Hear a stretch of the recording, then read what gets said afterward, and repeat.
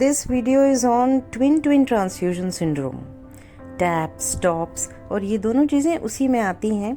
तो I will discuss कि क्या कैसे डिस्कॉर्डेंस को डायग्नोज करते हैं, कैसे इन यूटरो एक्स यूटरो डायग्नोसिस बनाते हैं, क्या मैनेजमेंट होता है, क्लासिफिकेशन क्या होता है TTTS का, और SFR के बारे में डिटेल में बातचीत करेंगे.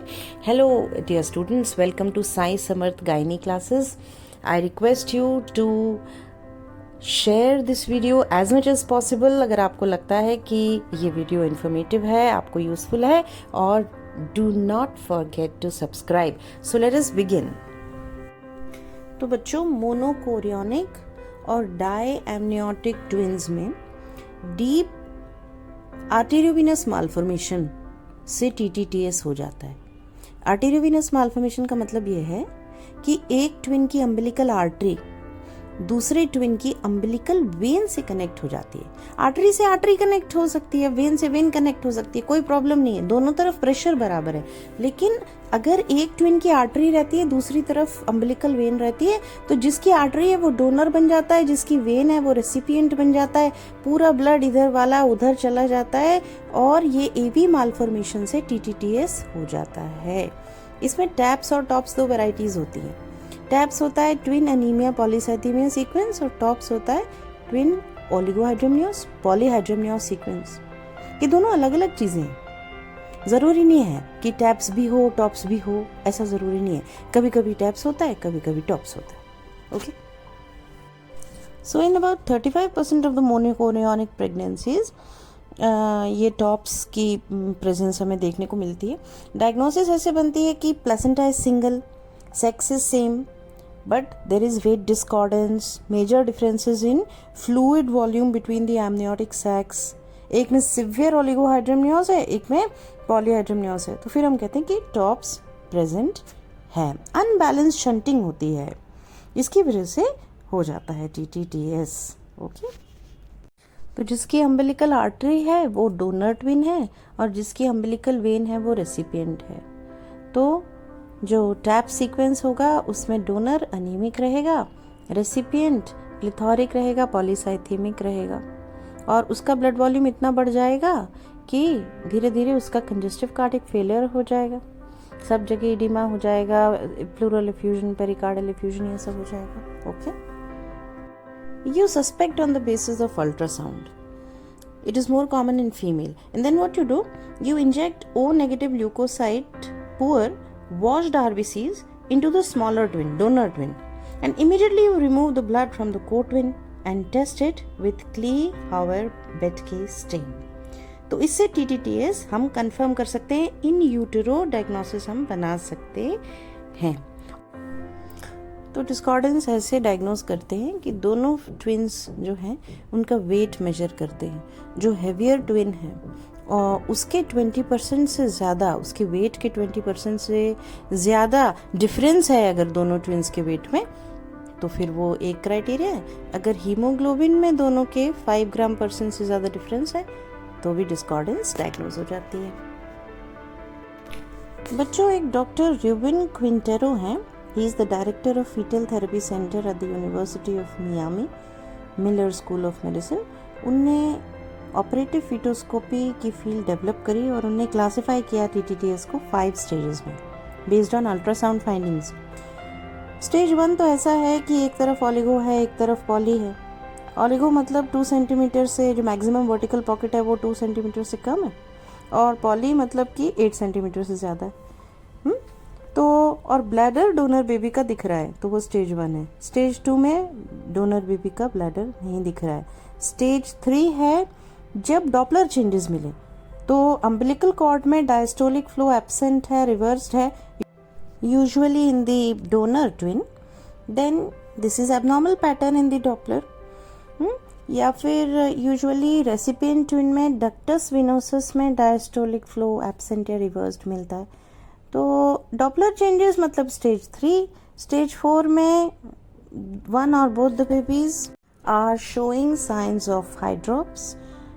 हाइड्रोप्स का मतलब excessive fluid in the parts of the baby, जैसे कि around the skin around the head में स्कैल्प इडिमा हो गया है ना, बहुत फ्लूइड है, एब्डोमेन में फ्लूइड है, साइटिस है, pleural effusion around the lungs है, अराउंड द हार्ट है, वो सब है, तो वो स्टेज 4 है। और स्टेज 5 में 1 और both the babies are dead, तो वो स्टेज 5 है। तो ये क्लासिफिकेशन मैंने आपको बताया TTTS का।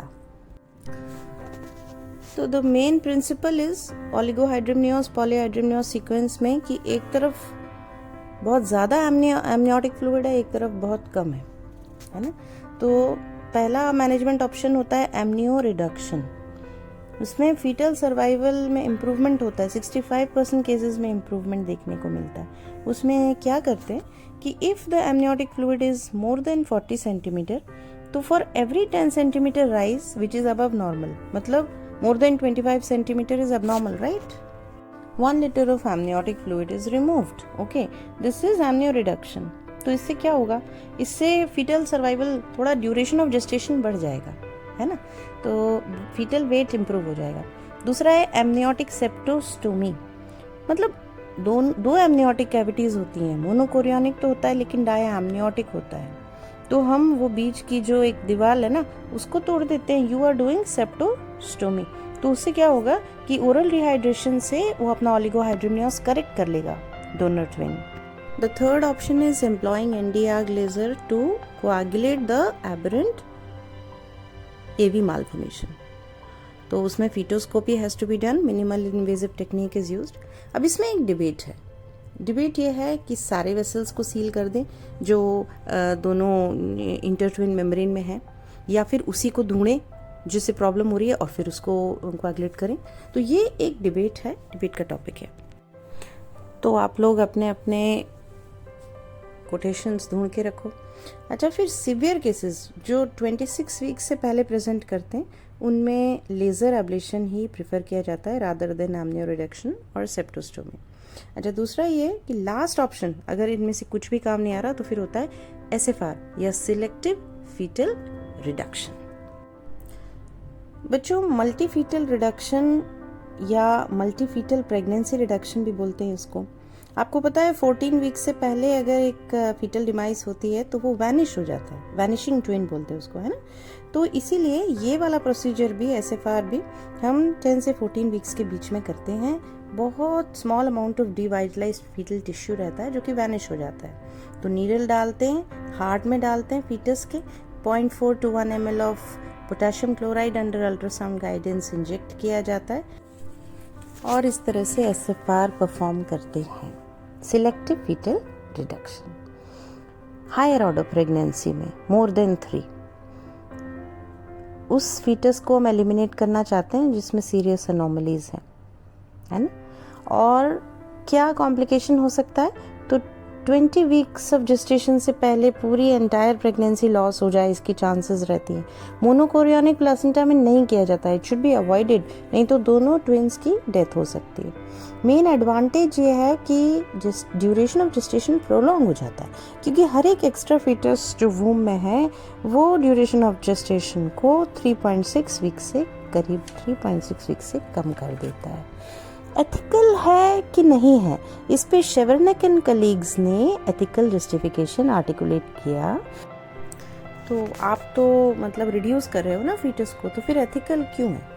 तो उन्होंने कहा कि भाई हमारा जो मेन पर्पस होता है वो ये है कि कम से कम एक प्रेगनेंसी, एक लाइव बर्थ उसको ऐसी मिले जिसमें कोई एनॉमली ना हो, एंटीनेटली डिटेक्ट कर ली वो एनॉमली के बिना एक फीटस लाइव बर्थ दे सके, वो ज़रूरी है। मिनिमल नियोनेटल मॉर्बिडिटी मोर्टालिटी वाला फीटस दे सके, है ना। तो इस बेसिस पे उसको एथिकल करार दिया गया है। तो बच्चों, सब्सक्राइब करें और ज़्यादा से ज़्यादा शेयर करें। Thank you for watching.